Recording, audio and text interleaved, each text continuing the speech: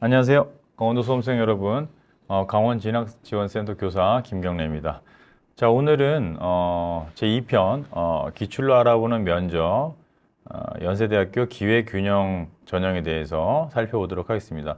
기회균형 전형 같은 경우도 활동 우수형과 거의 흡사한 형태로 출제가 되기 때문에 다만 이제 경향성은 조금 차이가 있습니다. 그 경향성을 파악하고요. 그리고 나서 어떻게 하면 대응할 수 있을지 천천히 알아보도록 하겠습니다.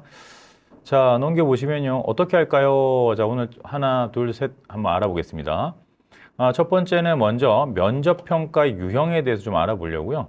면접평가가 어떻게 이루어지는지 역시 마찬가지로 지피지기면 100점 100승입니다. 그래서 어떻게 이루어지는지 먼저 확인해 볼 거고요. 그리고 실전 기출문제를 통해서 이런 경향으로 출제가 되는구나. 이런 방향성을 가지고 출제되는구나. 그렇다면 어떤 사고를 갖고 가야 될지를 한번 확인해 보도록 하겠습니다. 자, 그리고 내용을 정리해 보도록 하겠습니다. 자, 넘겨볼까요? 자, 면접평가의 유형을 보시면요.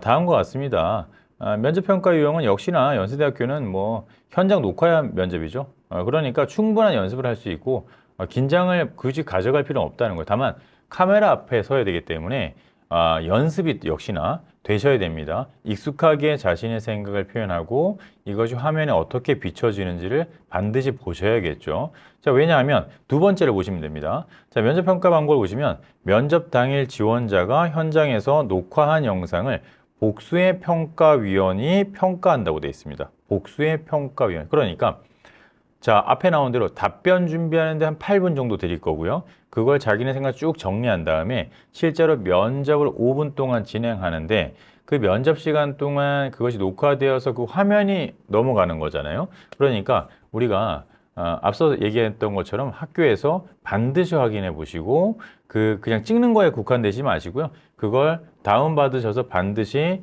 같이 보면서 외부에 있는 사람 보고 지적해달라고 하세요. 야, 뭐가 문제가 있어? 내 시선 처리는 어땠는지, 자신감 있어 보이는지 이런 것들도 컨텐츠와 함께 보셔야 될 것 같습니다. 아무래도 같은 내용일지라도 조금 더 적극적으로 조금 더 자신 있는 태도로 전달한다면 훨씬 더 효과적인 점수를 얻을 수 있다고 봅니다. 또 나아가서 자신의 목소리라든가 자신의 톤이 잘 전달될 수 있는지도 보시고 연습하시면 좋겠죠. 자, 그럼 면접평가 내용입니다. 마찬가지로, 자, 활동우수형과 마찬가지로 제시문 기반입니다. 자, 제시문 기반이니까 조건식이 있다. 우리 수학으로 치면 조건식이 있다. 라고 생각하시면 좋겠습니다. 자, 그럼 제시문을 실제 살펴볼까요? 자, 보십시다. 자, 제시문 하나, 둘, 셋, 네 개입니다. 제시문이 네 개로 주어지고 있고요. 이 제시문에 따라서, 잠시만요. 제시문에 따라서 지금 보시면 자, 4개고요. 제시문에 따라서 문항은 이렇게 두 문항이 주어집니다. 자, 그래서 요걸 천천히 보도록 하겠습니다. 역시나 제시문 한번 읽어보고 파악을 해보겠습니다. 저랑 같이 보십시오. 자, 제시문 갑니다. 어떤 질병의 원인을 밝히거나 치료법에 관해 연구할 때 우선 동물들 대상으로 실험하여 성공하면 그 후 임상 실험을 시행한다. 자, 과학자 중에는 인류를 위해 자기 자신을 실험 대상으로 삼은 열정적인 과학자들이 있다. 베리 마샬 박사는 박테리아를 자기 몸에 키운 것으로 유명하다. 1980년대까지 대부분의 과학자들은 위에서는 위산 때문에 박테리아가 살 수 없다고 생각했다. 하지만 마샬 박사는 위궤양과 위염이 박테리아 때문에 생긴다고 믿었다. 이를 동물 실험으로 증명하려고 했지만 계속 실패하자 1984년 배양 중이던 헬리코박터균을 직접 마셔버렸다. 실험 결과는 대성공이었다. 균을 삼키자 위산 분비가 멈추고 구토가 나면서 위염에 걸린 것이다. 자, 이어서 헬리코박터균을 없애는 항생제를 먹자 천천히 병이 나았다. 이 실험을 통해서 마샬 박사는 헬리코박터균이 위장병의 주 원인이라는 사실을 증명했고 또 항생제로 치료가 가능하다는 사실까지 밝혀냈다. 라고 되어 있습니다. 그러니까 마샬 박사의 실험 과정을 통해서 내용을 정리하고 있는 제시문입니다. 자, 두 번째 제시문을 좀 볼까요? 자, 2013년 한 포털 사이트에서 자연주의 육아를 표방하는 카페가 개설되어서 사람들을 끌기 시작했다. 이렇게 되어 있습니다. 이들은 열이 나도 해열제 쓰지 않기, 아토피의 연고를 물론 보습용 로션도 바르지 않기, 백신 맞지 않기 등 현대의학의 원칙을 부정하는 말을 퍼뜨리며 세를 불렸다. 대안으로 발효식과 해독을 강조했는데 이를 위해 카페 회원들이 모여 장을 담그는 행사 열고 숟가루를 판매하는 등의 방법을 썼다. 자, 그리고 의학적 근거가 없는데도 회원이 계속 늘어나는 것은 직관적으로 이해하기 쉬운 서사를 많이 마련했기 때문이다. 이들에 의하면 아토피는 피부에 열이 쌓여서 생긴다. 따라서 땀을 내어 열을 빼야 한다. 긁어서 큰 상처가 나면 땀 구멍보다 더 큰 구멍이 나므로 열이 더 잘 빠져나간다. 따라서 긁어도 그냥 두어야 한다는 것이다. 엄마들은 건강한 아이를 낳았는데 병원에서 아픈 아이를 만든다거나 엄마들은 직장에 다니랴 아이를 키우랴 정신이 없다는 감성 어린 위로도 적절히 섞었다. 햇빛 많이 쬐기, 밖에서 많이 뛰어놀기 등 건전하고 바람직한 육아 원칙도 함께 권했기 때문에 일반 대중이 보기엔 황당한 것 같다가도 심지어 굳고 뚝심 있게 올바른 방향을 추구한다는 인상을 주기도 했다라는 일부의 우리 사회에 있었던 현상을 제시문으로 가져왔습니다. 자, 그러면 제시문 다를 보도록 하겠습니다. 제시문 다는 비교적 좀 짧습니다. 자, 어리석거나 무지하거나 미치지 않아도 누구나 음모론적인 얘기거리에 귀가 솔깃해진다. 음모론은 의미 있는 이야기를 찾는 인간의 강박적인 욕구를 반영한다. 세상에는 왜 이렇게 나쁜 일이 끊이지 않을까라는 인간 삶의 궁극적인 질문에 대하여 음모론은 명쾌한 답을 제공한다. 음모론자의 상상 속에서 나쁜 일은 그냥 일어나는 법이 없다. 어리석은 사람들만 역사적 사건이 우연히 발생할 수 있다고 믿는다. 사람들은 음모론의 단순함에서 위안을 찾는다. 그것이 아무리 큰 폐해를 낳더라도 말이다. 악한 일들이 추상적인 역사적인 사회적 변수들이 엄청나게 복잡한 소용돌이 때문에 일어나지 않는다. 우리가 행복해지는 꼴을 못 보는 사악한 자들 때문에 일어난다. 숨겨진 이야기를 읽어낼 수 있어야만 당신은 악당들과 맞서 싸울 수 있고 승리할 수 있다. 라고 제시문이 나와 있습니다. 여기서는 뭐 음모론자들에 대한 얘기를 일부 좀 하고 있습니다. 자, 제시문 라입니다. 제시문 라는 좀 독특한 면이 있죠. 우리가 보통 일반적으로 만나는 형태의 제시문들은 국어 지문이구나. 그러니까 국어 지문, 그러니까 국어 교과서일 수도 있고요. 독서 교과서일 수도 있고, 그렇죠? 국어 교과군에 있는 작품일 수도 있고요. 논술도 뭐 마찬가지죠. 그리고 뭐 통합사회나 생활윤리, 도덕과에 해당하는 교과서의 일부를 발췌하는 경우가 굉장히 흔하거든요. 그런데 제시문 라 같은 경우는 이 연세대학교 기회균형으로 좀 눈여겨봐야 될 게 약간의 수학적 냄새가 나잖아요. 보시면 자 보십시오. 0.68 여기 0.68이란 숫자 그리고 뭐 이런 등등이 존재합니다. 그럼 어떻게 나와 있는 제시문인지 확인해 볼게요. 빨간색 전구와 초록색 전구가 나란히 있다. 두 전구는 한 번에 하나씩 계속 깜빡인다. 빨간 전구는 초록 전구보다 4배 더 자주 켜지지만 매 순간 어느 전구에 불이 들어올지는 우연에 의해 결정된다. 두 전구가 점열하는 일련의 과정을 충분히 관찰한 후에 이제 관찰자는 매번 어느 전구에 불이 들어올지 예측해야 된다. 실험 결과 사람보다 쥐가 이 게임을 더 잘한다. 사람을 제외한 동물은 켜질 확률이 높은 전구만 오로지 선택한다. 성공 보상으로 먹이를 얻을 때 쥐는 빨간 전구를 고르면 된다는 것을 금방 깨닫는다. 과거에 가장 자주 일어났던 옵션을 늘 선택하는 것이다. 그런 식으로 80%에 가까운 성공 확률을 보인다. 그래서 0.8은 0.8 곱하기 1 플러스 0.2 곱하기 0. 그러니까 실패 확률은 0인 거죠. 그죠? 하지만 사람은 사건이 일어날 확률에 맞춰 선택하려는 경향이 있다. 빨간 전구가 켜질 거라는 선택을 초록 전구보다 4배 더 많이 한다. 이 전략의 문제점은 어떤 전구가 다음에 켜질지 무작위로 정해지기 때문에 낭패를 볼 수 있다는 것이다. 패턴이 없다고 말해줘도 사람은 패턴을 알아내려고 애쓴다. 그 결과 예측에 성공할 확률은 68% 정도에 그친다. 0.68 이퀄 0.8 곱하기 0.8 플러스 0.2 곱하기 0.2로 마무리되어 있는 제시문입니다. 약간의 확률과 통계의 색깔이 들어있죠. 따라서 너무 깊이 있는 수학적 사고는 할 필요는 없어요. 그렇다고 해서 수학적인 제시문이지만 수학적인 냄새만 난다 정도로 이해하시면 될 것 같습니다. 자, 그러면 실제로 발문을 보도록 하겠습니다.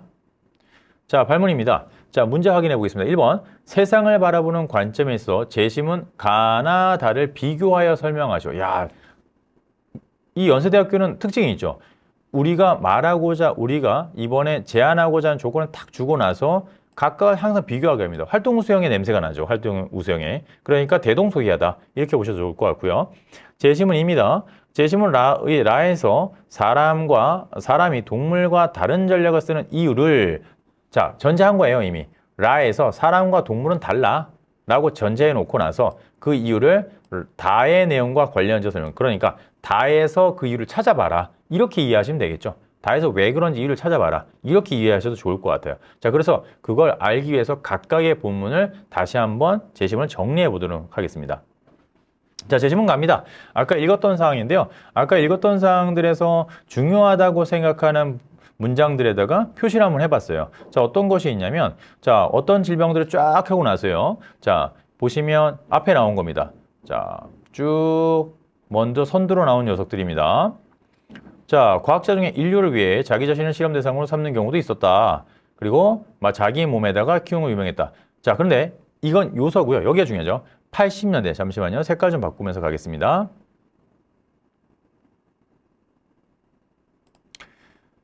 자, 80년대입니다. 80년대 대부분의 과학자들은 보편적인 거죠. 위에서 위산 때문에 박테리아가 살 수 없다고 생각했다. 자, 선생님은 여기에 집중했는데요. 하지만 마샬 박사는 위궤양과 위염이 박테리아 때문에 생긴다고 믿었고 이걸 증명하려고 계속 실패했죠. 그죠? 그러다가 도저히 안 되니까 헬리코박터균을 자기가 직접 마셔버립니다. 그리고 대성공합니다.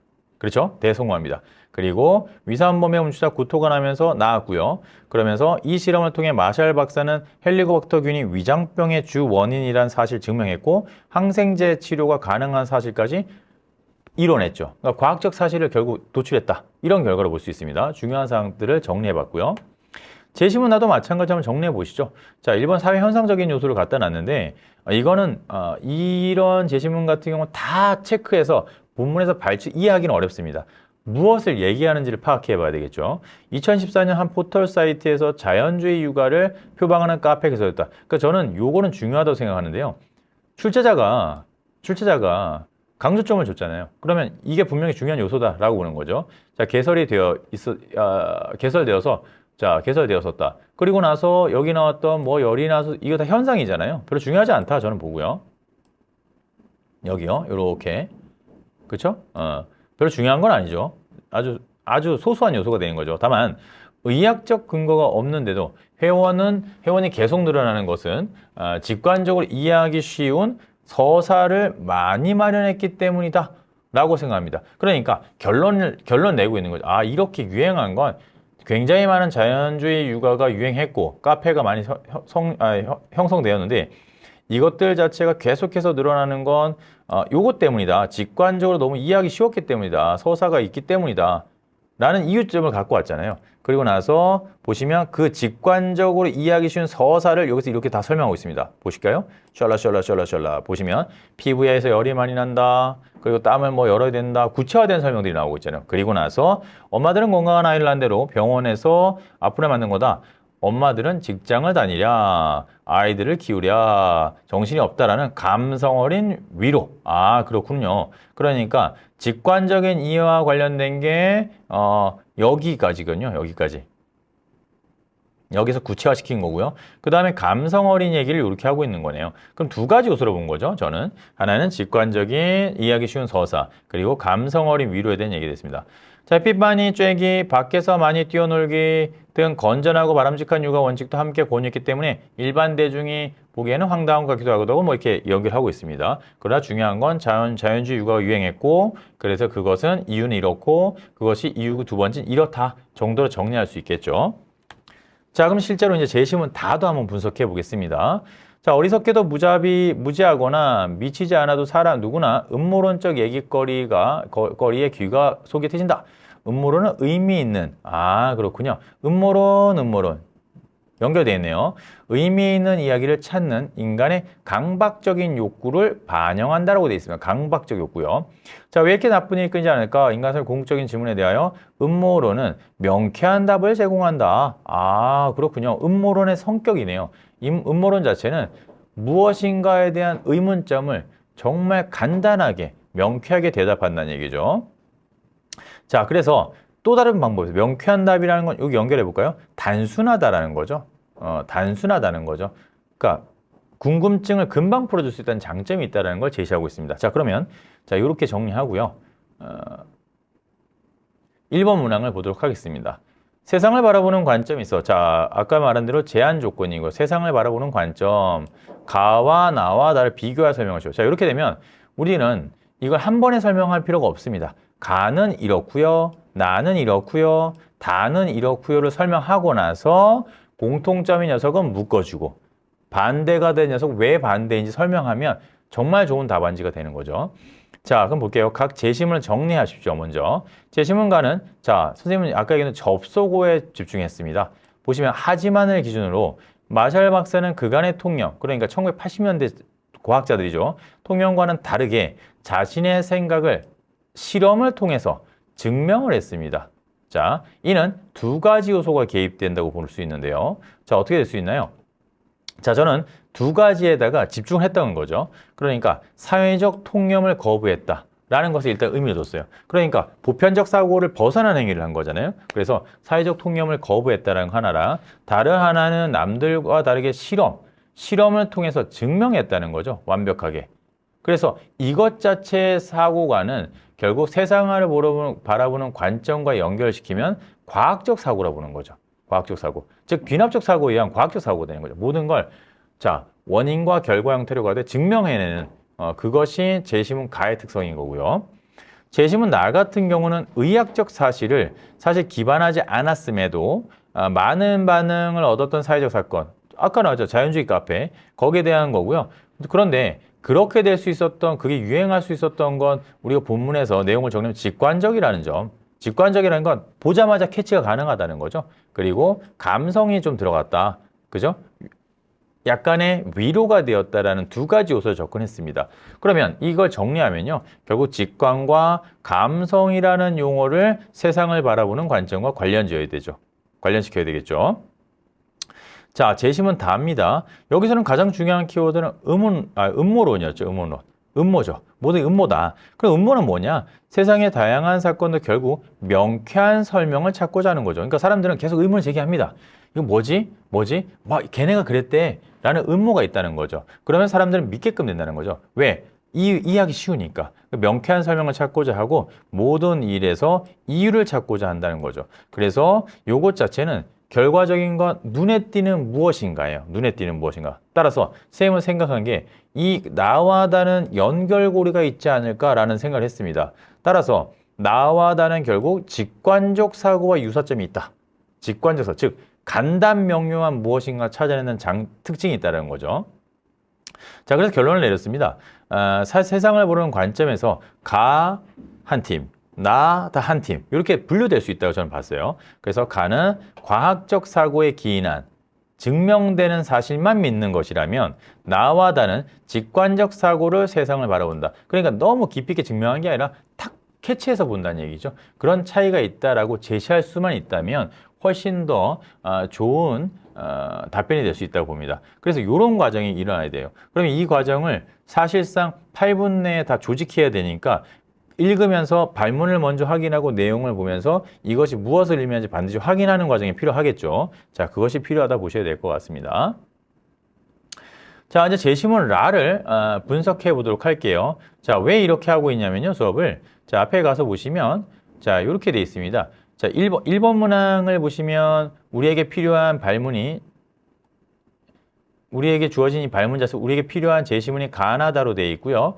자, 2번 같은 경우 보시면 제시문 라로 딱 국한되어 있습니다. 라를 바탕으로 다를 연결하니까 먼저 요걸 먼저 읽고 먼저 하는 게 효율적이겠죠. 자, 그래서 이번에는 자, 라 제시문에서 어떤 이야기를 하고 있는지를 살펴보도록 하겠습니다. 자, 제시문 라를 보시면요. 빨간색 전구와 초록색 전구에 대한 얘기를 하고 있죠. 그런데 우리는 이미 발문에서 확인할 수 있었어요. 어떤 거 확인할 수 있었냐면요. 다시 앞으로 가볼게요. 자, 사람과 동물의 전략에 다른 전략을 쓴다. 그러면 사람과 동물은 서로 대조 관계인 거죠. 차이점이 존재하는 거잖아요. 그럼 본문을 아예 내용을 전제하고 들어가는 거예요. 그죠? 자, 빨간색 전구와 초록 전구가 있는데 두 전구를 한 번에 하나씩 계속 깜빡인다. 빨간 전구는 초록 전구보다 4배가 더 자주 켜지지만 매 순간 어느 전구에 불이 들어올지 우연히 결정된다. 두 전구가 점멸하는 일련의 과정을 충분히 관찰 후는 이제 관찰자는 매번 어느 전구에 불이 들어올지 예측해야 한다. 실험 결과 사람보다 쥐가 이 게임에 더 잘했다. 자, 의미 있네요. 아까 얘기했잖아요. 사람과 동물에 어떻게 대응하는지 서로 다르다라고 했는데 예를 들어 쥐를 갖다 놨잖아요. 그래서 실험 결과 앞서 나온 실험이고요. 결국 사람보다 쥐가 게임을 더 잘했답니다. 사람을 제외한 동물은 켜질 확률이 높은 전구만 오로지 선택했다고 합니다. 아, 그러니까 복잡하게 생각한 게 아니라 사람을 제외한 동물의 특성입니다. 켜질 확률이 높은 전구만 고른 거죠. 다시 말해서 우리로 치면 빨간 전구만 계속 고른 거죠. 그렇죠? 첫 번째도 빨간 놈, 두 번째도 빨간 놈을 고른다는 얘기고요. 성공부상으로 먹이를 얻을 때 쥐는 빨간 전구를 고르면 된다는 것을 금방 깨닫는다. 과거에 가장 자주 일어났던 옵션을 늘 선택하는 것이다. 별로 고민하지 않는다는 얘기고요. 그런 식으로 80%, 엄청난 확률입니다. 80%랍니다. 그 이유는 0.8 곱하기 1 더하기 0.2 곱하기 0. 다시 말하면 실패할 확률인 건 고르지 않는다라는 걸 이렇게 수학적 표현하고 있고요.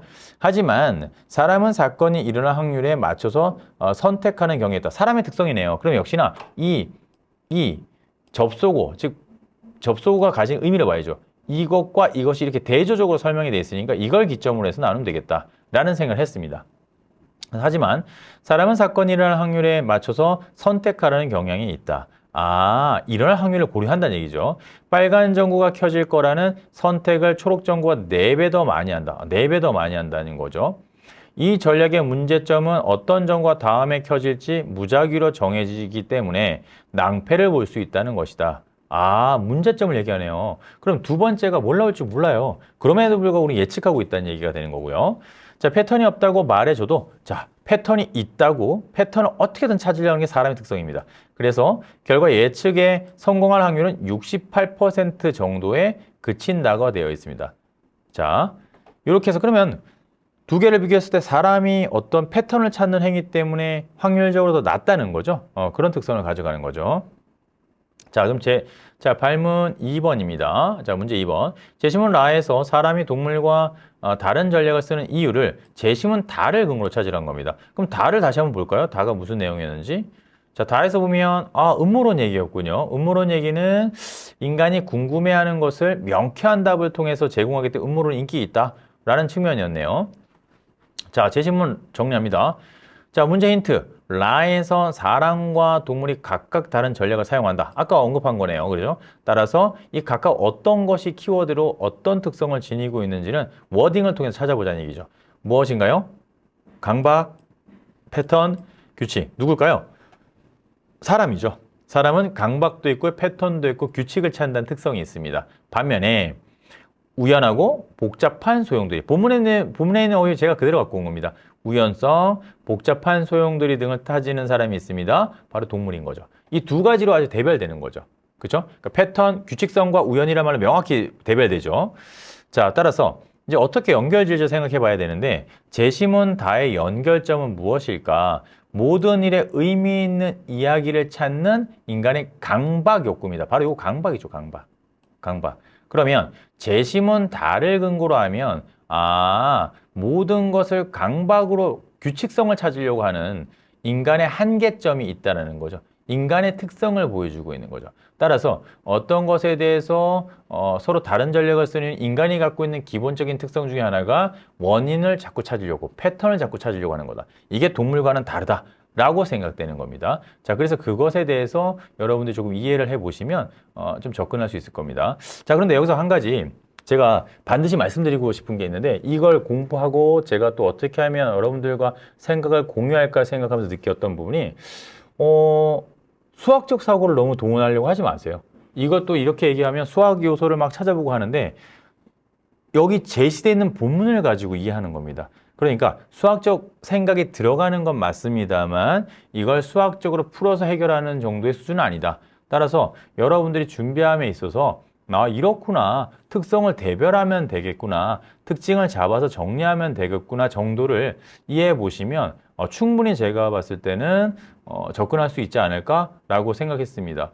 자, 연세대학교 기회균형 전형을 쭉 정리하면서 느꼈던 부분을 설명드렸고요.